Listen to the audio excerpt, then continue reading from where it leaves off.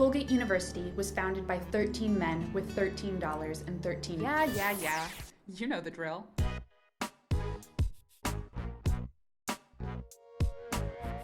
Everything college, everything Colgate. It's GateCode. So there's Frank Dining Hall, there's the Coop, and there's the Edge, and then there's the Library Cafe. That place is great.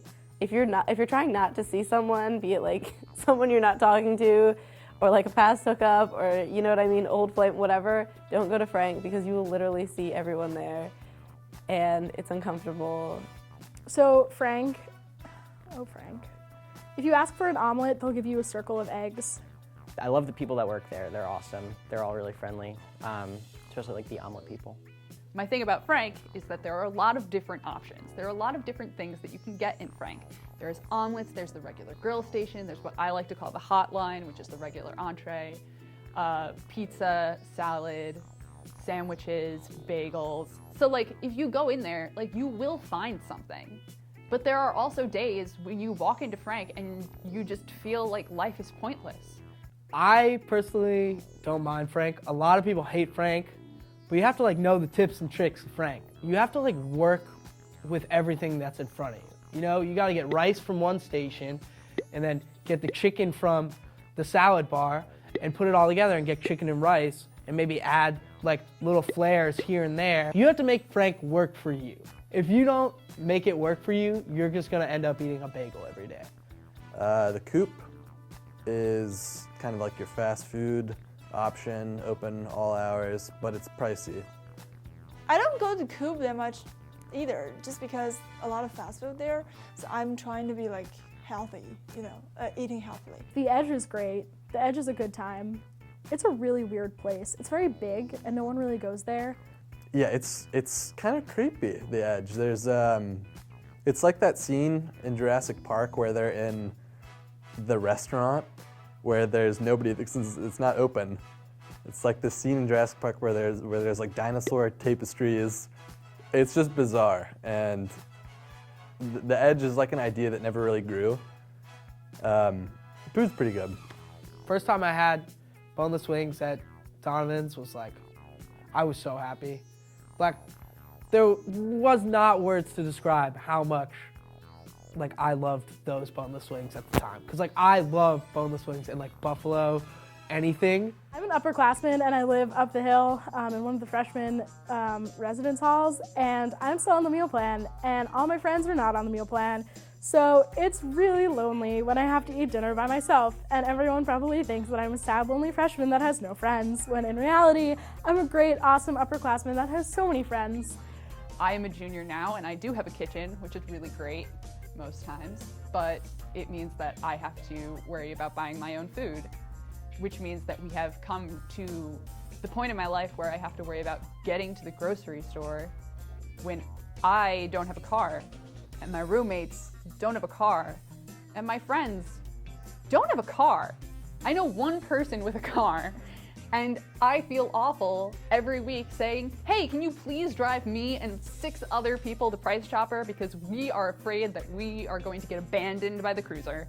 The hardest part about cooking for myself is not just making ramen and Annie's mac and cheese every single night. Because, you know, part of me when I'm making dinner, it's like, oh, it's like Annie's mac and cheese. It's good for you. It's like all organic. You're great, but then you forget that you're just eating cheese and carbs and like not the best things for you. The weather. I don't think the sun exists anymore. That's definitely, I think God hates us. I was going to the gym this morning and the sun like appeared through the clouds and I was like, oh my God, what's up? I haven't seen you in so long. Yesterday it wasn't even in the 30s and I was walking around like jeans and like bean boots and like a sweatshirt, and that was it. I was like, this is a warm day. Before I come here, like to America, I don't even know there's a word called wind chill. I don't know what that means. I don't know how to spell it. I don't know like what it would be like. And after I got here, I got an email like last month, said there will be a wind chill, and I asked my roommate like, what is a wind chill? And she was like, seriously? So welcome to Colgate. is like walking in the wind and chill, and snow like without opening your eyes because you literally like, you couldn't do that.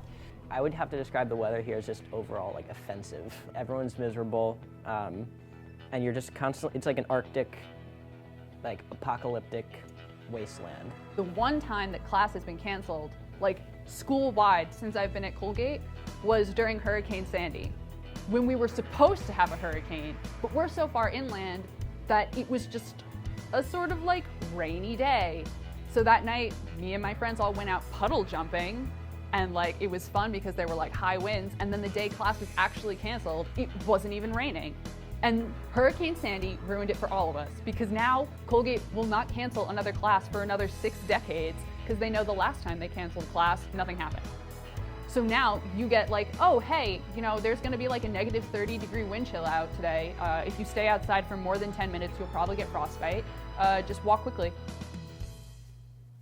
So freshman year, we have a really mild winter my freshman year, but there was, of course, still snow and ice. And I saw one of the signs on the buildings that says, "Beware of falling snow and ice." And I laughed at this sign because I thought, why would they put this sort of sign on a building? And then a huge fucking icicle came down and smashed on the ground, and I have not laughed since. But you know, a sign that really bothers me is the signs coming up the stairs out of the edge, and it's this little sign with like a little guy going like this. He's like doing a really cool little move, and the sign says, "Slippery conditions may exist." Well, of course they exist because the stairs are never shoveled. The ones like right next to Brian, like going down towards like Cutton, those steps are it's like a slide. Like you literally have to like ski down that with your boots on. One time I was leaving Frank, and I did a slip on that slope, and I did a quick look around to see if anyone had seen, and a few girls had, but they were like in the distance. So I just kind of like, I was trying to like smile at them, but it was too far for them to even have noticed. It's not that bad after you spend like 1 semester, so you get used to it.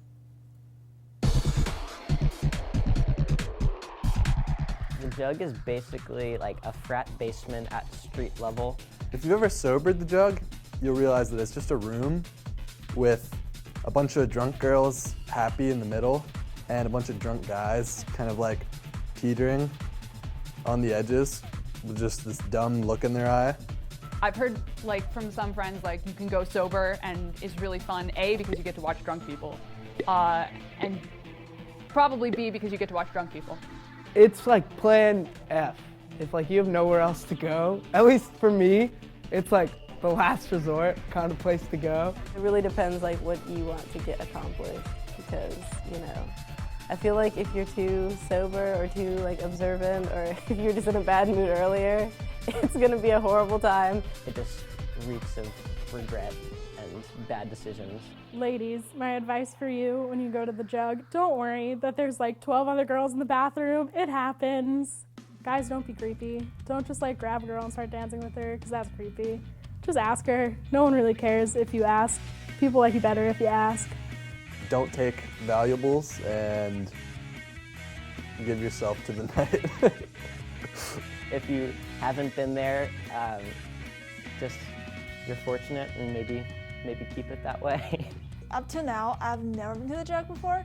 It's sort of the thing that you have to do. Well, it's not you have to, but like you go to Colgate, and then like why not? And then just like other things like eating Frank or something like that. It's one of the things on the to-do list, like before I graduate. So maybe at some point. I want to go to the Jug to say that I have been to the Jug, but I don't anticipate going more than 3 times in the next 2 years, because I am a 21-year-old who can buy my own alcohol and get drunk in my own apartment. So why am I going to go with a herd of other people I don't know when I can get drunk watching Harry Potter by myself? Oh no, I have Jug stories, but none that I would like to share. So I was dancing with this guy who was a lot taller than me, which isn't really that hard because I'm not that tall. So we're dancing with each other, and then he kind of like turned me around to make out with me. And I was like, okay, whatever, like this is what happens at the Jug. And it was really bad. It was really, really, really bad. Not so bad hookups, this was really bad. So I knew that I wasn't gonna be bringing him home, like I wasn't going with him, nothing was happening, it had to stop.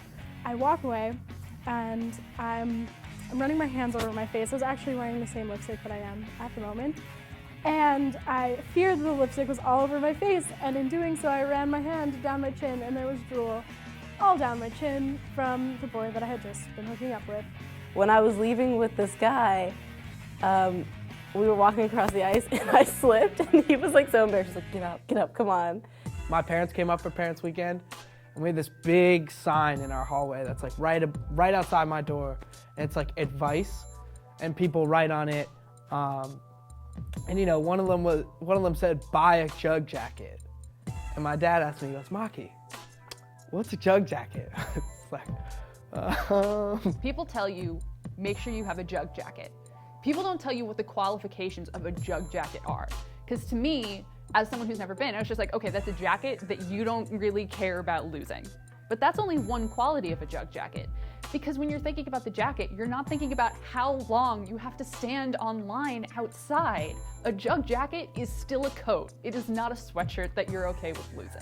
Make that distinction for yourself and don't get frostbite trying to go to the jug.